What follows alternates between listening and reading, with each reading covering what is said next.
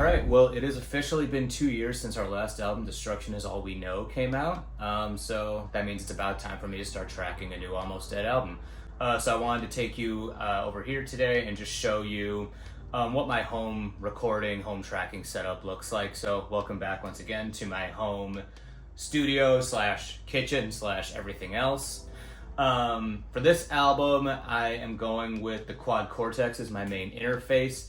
On the last album, I used the Focusrite 2i2, the Scarlets, which was fine for all intents and purposes, but in the intervening years, I've been able to switch over to the Quad Cortex for my main live tone, which has been great. It's super easy to use, super low maintenance. I've had really no issues with it whatsoever. And it works as an interface, so might as well use it as an interface also. You'll see here, I'm just using my main Almost Dead rhythm tone to kind of track with. So for that, really, it's just the PV505 lead amp model that comes stock in the Quad Cortex.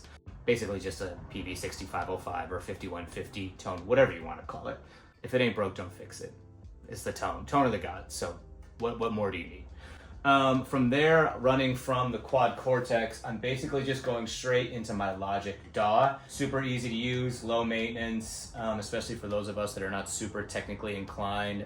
It's just so user-friendly that there's no reason to go do anything else. So for every guitar track that I'm doing for this record, it'll basically be recording kind of two tracks at once, if that makes sense. So on one track, you'll have the dry signal, and on the other track, you'll have the wet signal. The dry signal is really just the DI of the guitar that I'm playing.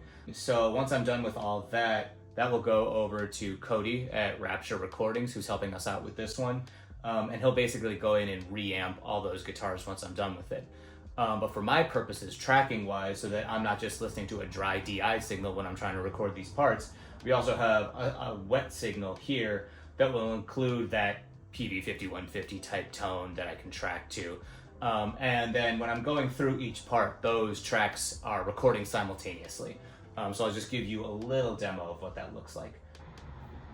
So if you're looking here and you see these two guitar tracks running here, this top one is that dry DI signal, this bottom one is that wet signal.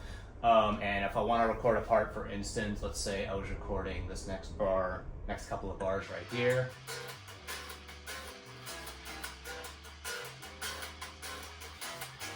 So you see here, if I solo out the DI, you just get that raw DI tone. And then if I solo out the wet signal, got some tone on it. So yeah, that's basically the process I'm using. Stay tuned, the album's gonna be sick. I'm looking forward to it. I'm really liking the way it's going so far. So stay tuned for more updates.